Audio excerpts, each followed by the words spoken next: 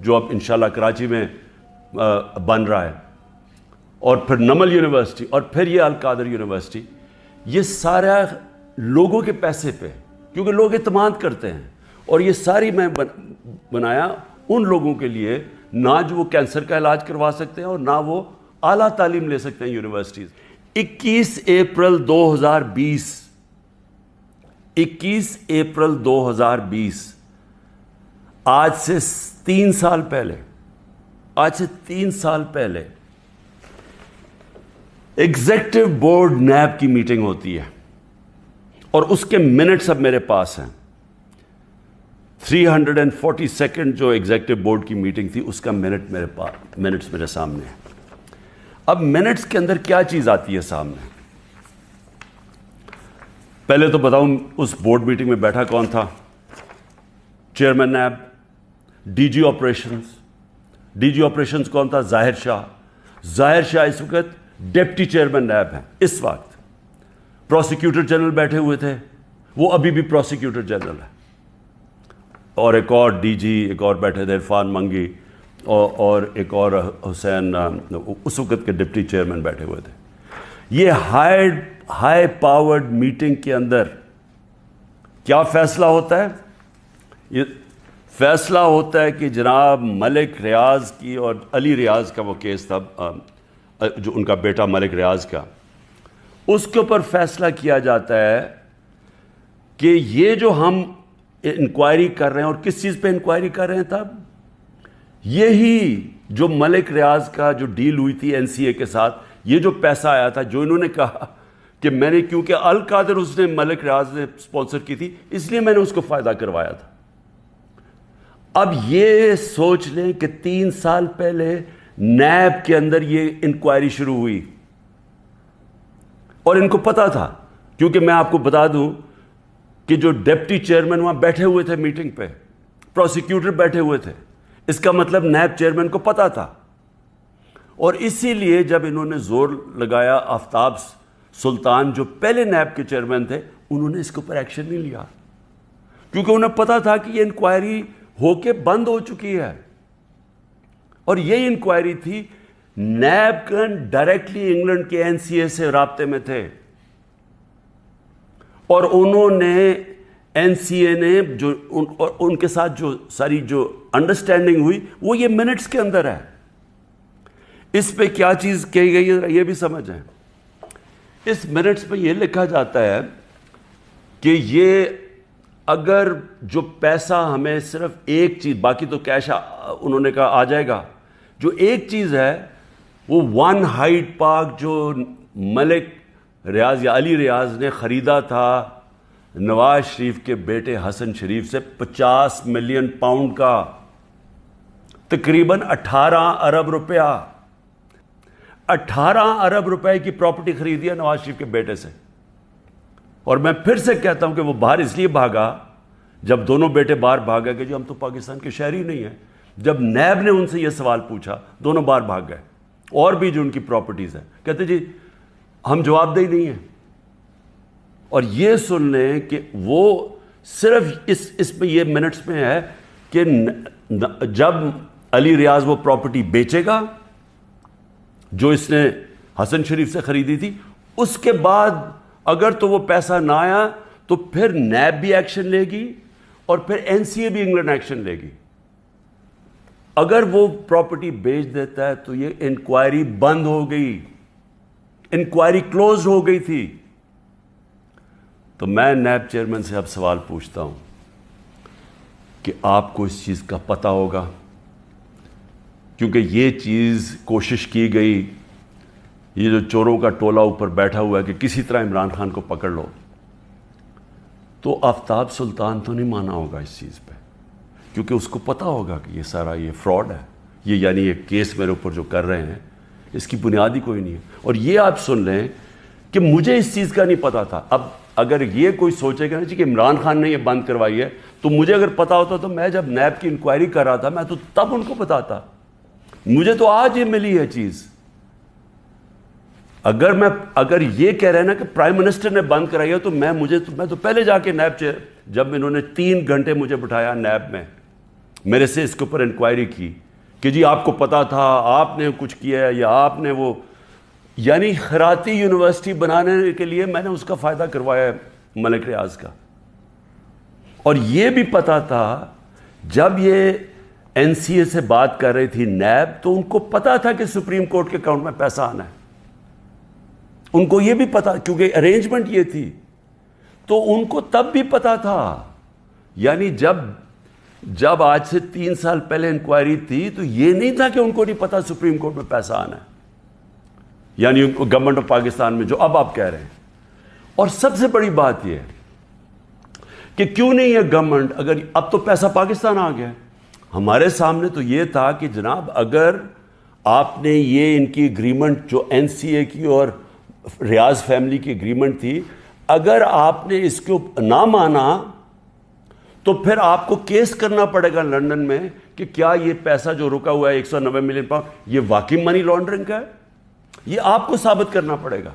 اس میں 5-6 سال لگنے تھے. تو اب تو پیسہ آ چکا ہے پاکستان میں. تو میں گورنمنٹ سے پوچھتا ہوں کیا چیز آپ کو روک رہی ہے؟ آپ کیس کر دیں، جا کے کہیں کہ جی اب تو پاکستان، آپ کہیں جی ہم جا کے ثابت کریں گے منی لانڈرنگ کا پیسہ ہے. کیوں نہیں ثابت کرتے؟ آپ نے کیوں نہیں کوشش کی؟ تو میں آج نیب چیئرمین سے خاص طور پہ یہ پوچھنا چاہتا ہوں کہ سارے تو کیسز آپ بند کرتے جا رہے ہیں. شہباز شریف کا اور بیٹوں کا $7 ملین کا جو ٹی ٹی کیس ہے، منی لانڈرنگ کا اوپن اینڈ شٹ کیس، وہ تو آپ نے بند کر دیا. اور آپ کو جو کلو انکوائری بند ہو چکی تھی، آپ کے ساتھ وہ لوگ بیٹھے ہوئے ہیں اس وقت جنہوں نے جو وہ اس میٹنگ میں بیٹھے تھے جب یہ انکوائری بند ہوئی ہے. تو آپ کا ضمیر کو کوئی تکلیف نہیں ہوئی کہ ایک آدمی جو بے قصور ہے اس کو آپ نے ساری دنیا میں ذلیل کروایا جھوٹا کیس بنا کے، جب آپ کو فیکٹس پتہ ہونے چاہیے تھے؟ کیونکہ یہ تو نیب کے ریکارڈ میں، یہ مجھے کدھر سے ملا ہے؟ یہ تو آپ کے ریکارڈز میں تھا. مجھے لگتا ہے آپ کو بلایا ہوا ہے ایک مقصد کے لیے کہ کس طرح پی ٹی آئی کو توڑنا ہے. آپ کا مقصد کرپشن ختم کرنا نہیں ہے، آپ کا مقصد ہی کچھ اور ہے. اور مجھے یہ بھی افسوس سے کہنا پڑتا ہے کہ سارے اداروں کو اس طرف لگا دیا ہے، سارے اداروں کو جان کے لگایا ہوا ہے ایک پارٹی کو توڑنے کے لیے اور عمران خان کو ڈسکوالیفائی کرنے کے لیے یا جیل میں ڈالنے کے لیے. وہ نہیں جو ان کا اصل کام ہے. ملک میں دہشت گردی بڑھ رہی ہے. کے پی کے اندر ایک سال میں 600 کیس ہو چکے، 636 کیس دہشت گردی کے ہو چکے ہیں. ایجنسیز کا کیا کام ہے؟ کیا ان کا یہ کام نہیں ہے کہ یہ پری ایمپٹ کرتے ہیں؟ ان کا کام صرف یہ ہے کہ جدھر تحریک انصاف ہے ان کو بس جیلوں میں ڈالو، ان کو پکڑو، ان کو گھر توڑو. پولیس کو استعمال کریں گھر توڑنے کے اوپر، ان کے گھر توڑو، ان کی بزنسز بند کرو، جدھر بھی ہیں کہ کسی نہ کسی طرح جو ملک کی سب سے بڑی جماعت ہے اس کو ختم کیا جائے. میں پھر سے اللہ کا شکر ادا کرتا ہوں، سچ کا خدا ہے کہ یہ جو منٹ سامنے آئے ہیں یہ القادر کے اوپر، یہ جو القادر کا کیس سارا ہے، میں شکر ادا کرتا ہوں کہ ساری قوم کے سامنے ایکسپوز ہو گیا. پاکستان زندہ باد.